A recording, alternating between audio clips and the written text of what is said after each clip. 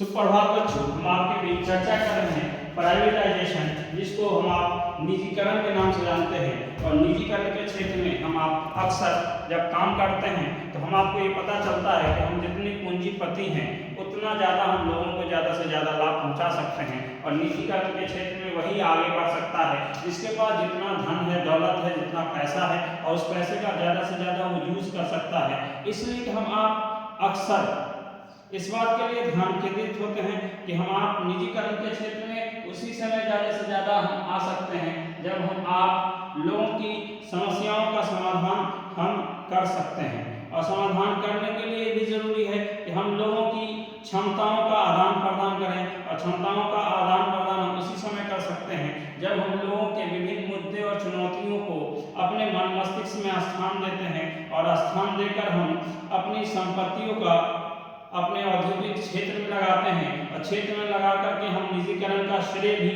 वैश्वीकरण को इसलिए जाता है कि वर्तमान में विभिन्न प्रकार की गतिविधियां या विभिन्न प्रकार के स्तर या विभिन्न स्तर के कार्यकुशलता को इस बात से भी अंदाजा लगाया जा सकता है कि हम जिसमें जितना निवेश करते हैं उतना अधिक लाभ हमको मिलता है। विश्व स्तर पर हमारा प्रयास हमारा परिणाम के रूप में उसी समय आता है जब हम निजीकरण के द्वारा काम करते हैं। और निजीकरण हम आपके जीवन में जीवन शैली का निर्माण उस समय करवाता है कि हम जितना मेहनत करते हैं उससे अधिक हम आपको धन की प्राप्ति होती है। और हम आपको धन की प्राप्ति उसी समय होती है जब हम धन को ज़्यादा से ज़्यादा निवेश करते हैं। इसलिए हमें धन को ज़्यादा से ज़्यादा निवेश की आवश्यकता है। तो उस निवेश के माध्यम से सामाजिक मुद्दे और चुनौतियों को समझने की भी आवश्यकता है। इसलिए हम आप कोशिश करें कि निजीकरण के क्षेत्र में ज़्यादा से ज़्यादा मेहनत करें और ज़्यादा से ज़्यादा समय दें और ज़्यादा से ज़्यादा पैसों का उपयोग करेंगे तो हमारा निजीकरण वो सफल हो जाएगा। नेक्स्ट है लिमिटेशन ऑफ गवर्नमेंट कंट्रोल।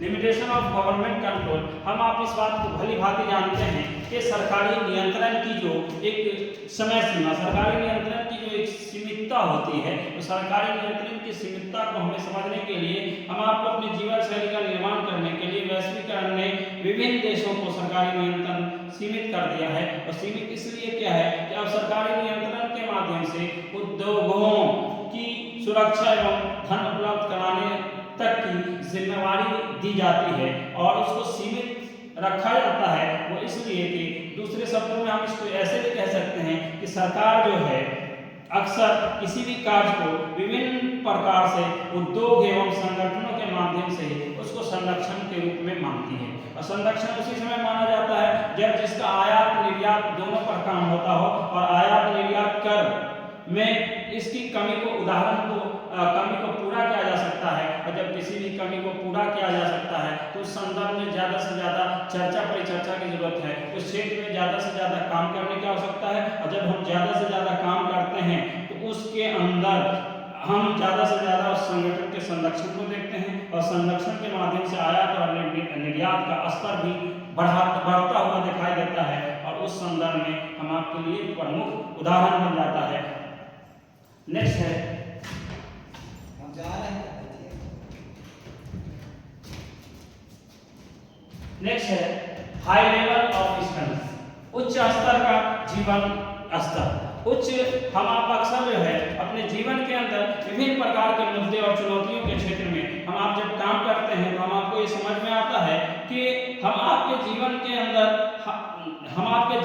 अंदर है उच्च जीवन स्तर होना चाहिए। और उच्च जीवन स्तर उसी समय होता है जब हम उच्च स्तर की भूमिकाओं का निर्माण करते हैं। और उच्च स्तर की भूमिकाओं का निर्माण करते हैं उस संदर्भ में हम गरीबी रेखा के लोगों को भी ज़्यादा से ज़्यादा नीचे से उठाकर उसके जीवन स्तर को परिवर्तन करना चाहते हैं। और वैश्वीकरण के माध्यम से हम समाज के लोगों को भी मूलभूत समस्याओं का समाधान करना चाहते हैं। और विकासशील देशों में आर्थिक रूप से कमजोर देशों को एवं योजना के ऋण प्रदान करते हैं। उसके माध्यम से हम उदाहरण बनते हैं, लोगों की समस्याओं का समाधान करते हैं और समाधान करने में हम आगे आते हैं। और ये वैश्वीकरण में ये आधारभूत संरचनाओं पर आधारित हो पाता है। नेक्स्ट है बैलेंस डेवलपमेंट, संतुलित विकास। हम आप संतुलित विकास की कल्पना इसलिए करते हैं कि जब तक हम आपके जीवन के अंदर संतुलन नहीं होगा तब तक हम आप संतुलित विकास की कल्पना नहीं कर सकते हैं। संसार के पटल पर किसी क्षेत्र में विकास लाने के लिए हम अपने जीवन शैली का निर्माण विभिन्न मानकों पर इसलिए करते हैं कि हमारा देश विकासशील अवस्थाओं में उसी समय आता है जब भारत आर्थिक सहायता उपलब्ध करना चाहता है और अपने मुद्दे और चुनौतियों को आगे बढ़ाना चाहता है, तो वो ज़्यादा से ज़्यादा लोगों को ध्यान आकर्षित कराता है, लोगों की समस्याओं का समाधान करता है और समाधान करने के क्षेत्र में आर्थिक सहायता भी उपलब्ध कराता है और वैश्वीकरण का उद्देश्य माना जाता है। सेकंड लास्ट पॉइंट है स्पिरिट ऑफ वर्ल्ड फ्रेंडशिप, विश्व बंधुत्व की भावना। स्पिरिट ऑफ वर्ल्ड फ्रेंडशिप, विश्व बंधुत्व की भावना।